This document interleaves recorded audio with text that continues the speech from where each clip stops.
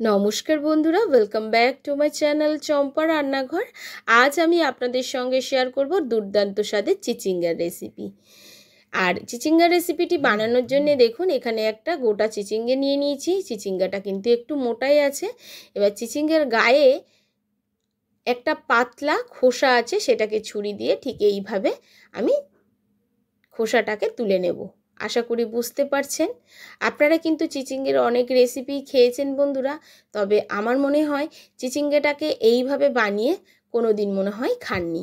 তাহলে চলুন আমি কিভাবে বানাচ্ছি সেটা অন্তত একবার প্রথম থেকে শেষ পর্যন্ত ভিডিওটি দেখুন, তাহলে কিন্তু আপনারা ঠিক বানাতে পারবেন। স্বাদ ও গন্ধ একেবারে ঠিক হবে।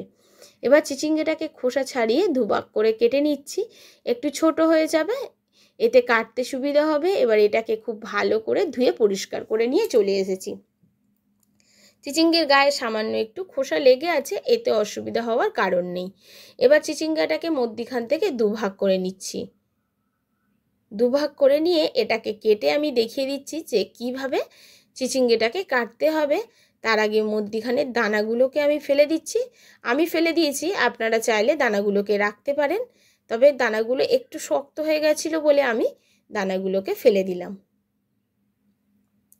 প্লিজ বন্ধুরা, আমার মুখের কথা শুনে না, বাড়িতে অন্তত আমি যেভাবে বানিয়ে আজকের রেসিপিটি দেখাচ্ছি সেইভাবে বানিয়ে একবার খেয়ে দেখবেন, আর আমাকে কমেন্ট করে জানাবেন যে চিচিঙ্গাটা কেমন খেতে ছিল। ভাত দিয়ে খান বা রুটি দিয়ে খান, খেতে লাগবে অপূর্ব। গরম ভাতেও খেতে পারবেন, আবার রুটির সঙ্গেও খেতে পারবেন। আর দেখুন বন্ধুরা, ঠিক এইভাবে সরু সরু করে পুরো চিচিঙ্গাটাকে কেটে নিয়ে আমি ফিরে আসছি। আশা করছি বোঝাতে পারলাম যে কিভাবে চিচিঙ্গাটাকে আমি কেটেছি। প্লিজ বন্ধুরা, আমার এই ছোট্ট চ্যানেলে আপনাদের সাপোর্ট আর সাহায্যের খুবই প্রয়োজন। প্লিজ সাপোর্ট করবেন আর পাশে থাকবেন। আর দেখুন চিচিঙ্গাগুলোকে ঠিক এইভাবে আমি কেটে নিয়েছি। সমস্ত চিচিঙ্গাগুলোকে কেটে নিয়ে আমি ফিরে এলাম। এবারে চলে যাচ্ছি পরের প্রসেসে। বসিয়ে দিয়েছি উনানে একটা কড়া। এখন গ্যাসের ফ্লেমটাকে লো টু মিডিয়ামে রেখে দিয়ে দিচ্ছি 3টে শুকনো লঙ্কা আর প্রায় 15 থেকে 16 কোয়া রসুন। এগুলোকে শুকনো খোলায় টেলে নিতে হবে, অর্থাৎ ভেজে নিতে হবে। এই সময় গ্যাসের ফ্লেমটাকে মিডিয়ামে রাখতে হবে। আর দেখবেন শুকনো লঙ্কা রসুনে খুব সুন্দর একটা গন্ধ বেরোবে, হালকা লালচে করে ভাজা হয়ে যাবে। তখনই কিন্তু এর মধ্যে আমি কালো জিরে অ্যাড করব 1 চামচ। আমি কিন্তু এটাকে তেল দিয়ে ভাজতে পারতাম, তবে বন্ধুরা আপনারা তেল দিয়ে না ভেজে আমি যেভাবে এই রসুন, শুকনো লঙ্কা আর কালো জিরেটাকে টেলে নিচ্ছি, এইভাবে একবার করে খেয়ে দেখবেন। খেতে কিন্তু ভীষণই টেস্টি হয়, দুর্দান্ত একটা গন্ধ আসে। আর এখানে আমি কোনো রকম কাঁচা লঙ্কা আজকে ব্যবহার করছি না, শুকনো লঙ্কা ব্যবহার করলাম। আপনারা চাইলে কাঁচা লঙ্কা অ্যাড করতে পারেন, আবার আপনারা লঙ্কার পরিমাণটা বাড়িয়ে কমিয়ে নিতে পারেন। সমস্তগুলোকে এইভাবে টেলে নেওয়ার পরে এখন তুলে নেব অন্য বাটিতে। আমি কিন্তু যেহেতু কালো জিরেটা ভাজতে কম সময় লাগবে, সেজন্য কালো জিরেটাকে সবার লাস্টে অ্যাড করলাম। প্রথমে একদমই কালো জিরেটাকে দিতে যাবেন না। রসুন আর শুকনো লঙ্কাটাকে প্রথমে ভালোভাবে ভেজে নিয়ে তারপরে কিন্তু কালো জিরেটাকে অ্যাড করবেন। এবারে আবারও কড়া বসিয়ে নিয়েছি, আর কড়ার মধ্যে দিয়ে দিয়েছি 1 চামচ মতো সর্ষের তেল। এর থেকে একদমই বেশি তেল অ্যাড করবেন না। দেওয়ার পরে কেটে রাখা চিচিঙ্গাগুলোকে আমি কড়ার মধ্যে দিয়ে 5 মিনিট মতো নাড়াচাড়া করে ভেজে নেব। ভাজতে গিয়ে এর মধ্যে আমি দিয়ে দেবো পরিমাণ মতো লবণ, আর সুন্দর কালারের জন্য দিয়ে দেবো সামান্য পরিমাণ হলুদ। এখানে অবশ্যই 5 থেকে 7 মিনিট চিচিঙ্গাগুলোকে একটু লো থেকে মিডিয়াম ফ্লেমে ভাজতে হবে, কারণ চিচিঙ্গের একটা কাঁচা গন্ধ আছে, সেই গন্ধটা কিন্তু চলে যাবে। চিচিঙ্গাগুলোকে ঠিক 5 মিনিট মতো এইভাবে ভেজে নিয়ে এটাকে তুলে রাখবো আর ঠান্ডা করে নেব। দেখুন কোনো রকম কালারও আসেনি, অথচ কিন্তু একটু হালকা মজে গেছে। এবার এটাকে তুলে নেব। আর চিচিঙ্গার কালার কিন্তু একদম এইরকম গ্রিন থাকবে, কালারের কোনো হেরফের হবে না বন্ধুরা।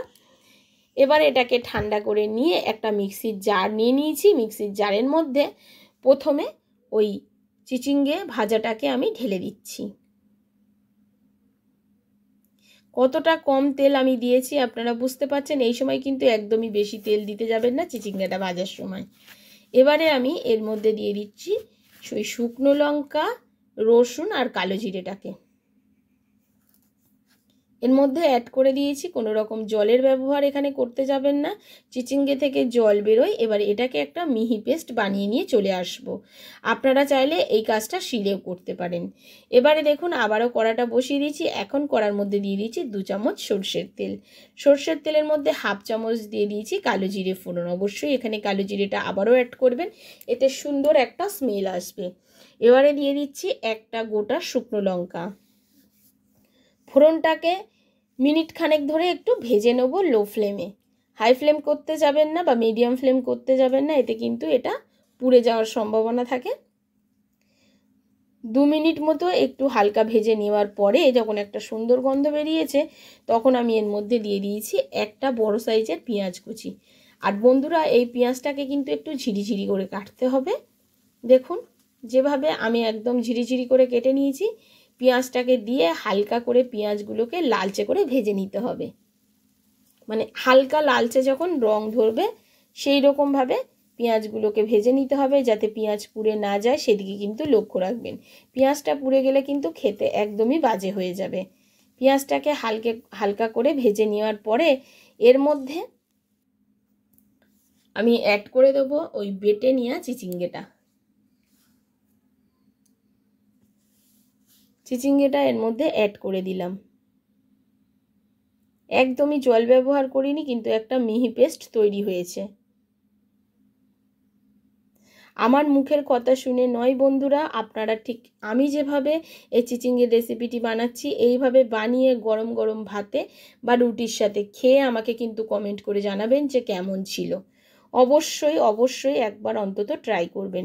আর এটাকে নাড়াচাড়া করে একদম শুকনো এটাকে শুকনো করে ফেলতে হবে, যাতে এর মধ্যে এক ফোঁটাও জল ভাবটা না থাকে। এবারে এর মধ্যে আমি দিয়ে দিচ্ছি সামান্য একটু লবণ, কারণ লবণটা একটু দেখে ব্যবহার করবেন। ভাজার সময় কিন্তু লবণ দিয়েছিলাম, তো এখন দেখলাম একটু লবণ লাগবে, তো সামান্য একটু লবণ দিলাম। আর সামান্য একটু চিনি অ্যাড করলাম, তাতে কিন্তু টেস্টের ব্যালেন্সটা ঠিক থাকবে, এই জন্যে সামান্যই চিনি ব্যবহার করেছি। এবারে একটু নাড়াচাড়া করে একদম এটাকে শুকিয়ে ফেলতে হবে। শুকানোর পরে আমি দেখাচ্ছি আপনাদেরকে। শুকাতে গেলে কিন্তু এটা 10 মিনিট মতো মিডিয়াম ফ্লেমে নাড়াচাড়া করে নিয়েছিলাম।